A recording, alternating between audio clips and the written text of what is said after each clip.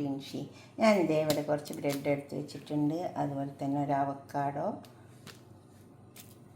Butter, paneer. ഇത് വെച്ചിട്ട് നമുക്കൊരു സാൻഡ്വിച്ച് ഉണ്ടാക്കിയെടുക്കാം. അതിനാദ്യം ഇതൊന്ന് ടോസ്റ്റ് ചെയ്യാം. നമുക്ക് ബ്രെഡ് നമുക്ക് ബട്ടർ ഇട്ട് കൊടുക്കാം.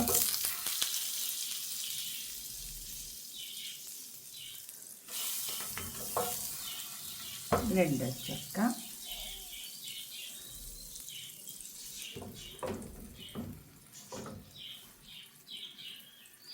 ബ്രെഡ് നന്നായി മുരിഞ്ഞിട്ട് നമുക്ക് ഈ ബ്രെഡ് ടോസ്റ്റായിട്ട് ഒന്ന് കൊടുക്കാം. നമുക്ക് സാൻഡ്വിച്ച് ഉണ്ടാക്കാം. നമുക്ക് ഈ അവക്കാഡോ പീസാക്കാം.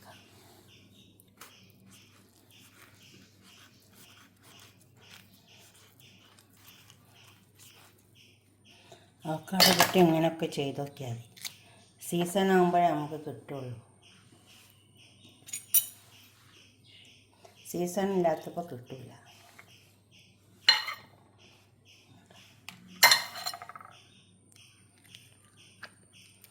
ഇത് വെച്ചിട്ട് എഗ്ഗ് വെച്ചിട്ട് സാൻഡ്വിച്ച് ഉണ്ടാക്കട്ടോ. ഞാൻ ഉണ്ടാക്കിയിട്ടുണ്ടല്ലോ, നിങ്ങൾ നോക്കിയാൽ മതി.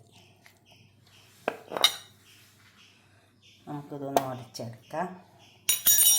ഉടച്ചെടുക്കുക, ചെറിയ പീസാക്കി എടുക്കുക, എന്ത് വേണമെങ്കിലും ചെയ്യാം. പീസാക്കിയാൽ കുറച്ച് ഉപ്പും കുരുമുളകൊക്കെ ഇട്ട് കൊടുത്താൽ മതി. പനീർ ഞാനൊന്ന് ടോസ്റ്റ് ചെയ്തിട്ടുണ്ട്. കുറച്ച് സോസ്, കച്ചുപ്പാണ്,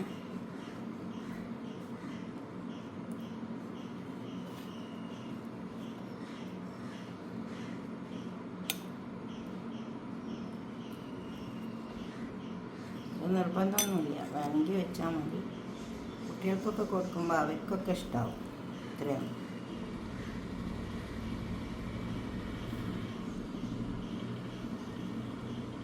പനീർ കേട്ടോ.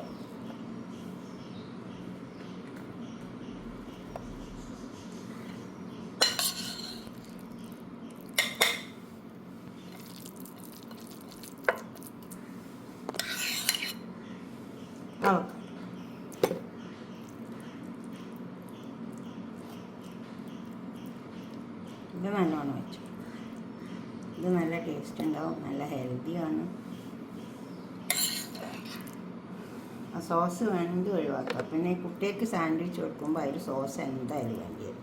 അതുകൊണ്ട് സോസ് വെച്ചേ ഉള്ളൂ.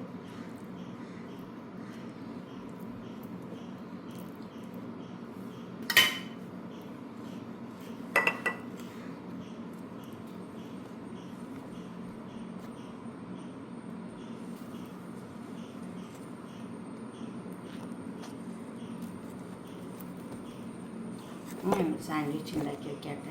എന്നിട്ട് നിങ്ങളുടെ അഭിപ്രായങ്ങളും നിർദ്ദേശങ്ങളൊക്കെ ഒന്ന് കമൻറ്റ് ബോക്സിൽ അറിയിച്ചാട്ടെ. അപ്പോൾ തന്നെ ലൈക്ക് ചെയ്യണം, ഷെയർ ചെയ്യും വേണം, സബ്സ്ക്രൈബ് ചെയ്യാത്തവരൊക്കെ ചെയ്യും വേണം.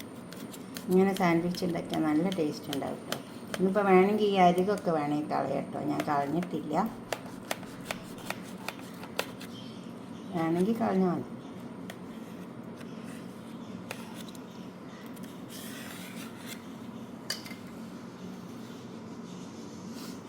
ഇതുപോലെ ഉണ്ടാവും.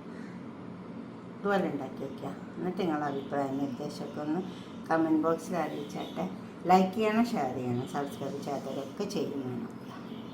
ഓക്കെ, അടുത്തൊരു വീഡിയോ നമുക്ക് പിന്നെ കാണാം. ബൈ.